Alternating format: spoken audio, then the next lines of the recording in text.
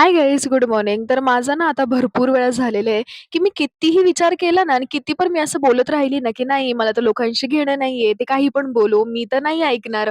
पण at the end भाईसाहब मी जी over thinking करते ना, त्या हिशोबाने मी इतका विचार करते ना त्यांच्या बोलण्याचा, की बास त्याला काहीच तोड नाहीये. आणि आता मला रिअलाईज व्हायला लागलंय, की मला हे फालतूचं बोलायची काहीच गरज नाही, की मला काही फरक नाही पडत, पण मला पडतोय फरक.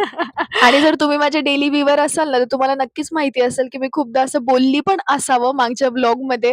बट यार काय होतं काय माहिती, आता माणूस आहे नाही का, सो माझी बडबड ऐकून घ्या तुम्ही पण, की मला असं होतंय आता, की मी कितीही बोलली तरी मला असं थोडंफार ॲट दी एंड फरक पडतोय, की यार असंच का बोलला तो व्यक्ती? तसंच का वागतोय तो व्यक्ती?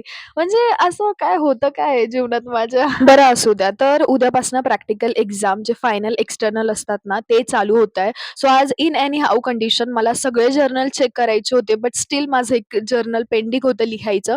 सो मी ते परवा करणार होती, जेव्हा एक्झाम असेल तेव्हा. सो 2 तर मी पटकन कंप्लीट करून घेतले. सो त्याला सिग्नेचर वगैरे थोडंसं रफ वगैरे डायग्राम वगैरे बाकी होतं. सो मग ते मी कंप्लीट करून घेतलं जागच्या जागी आणि तिथल्या तिथे लवकर चेक करून घेतले. 2 जर्नल सर्टिफाईड आणि केले. जो माझा जीव गेलेला आहे ना त्यांना कंप्लीट करता, की विचारूच नका.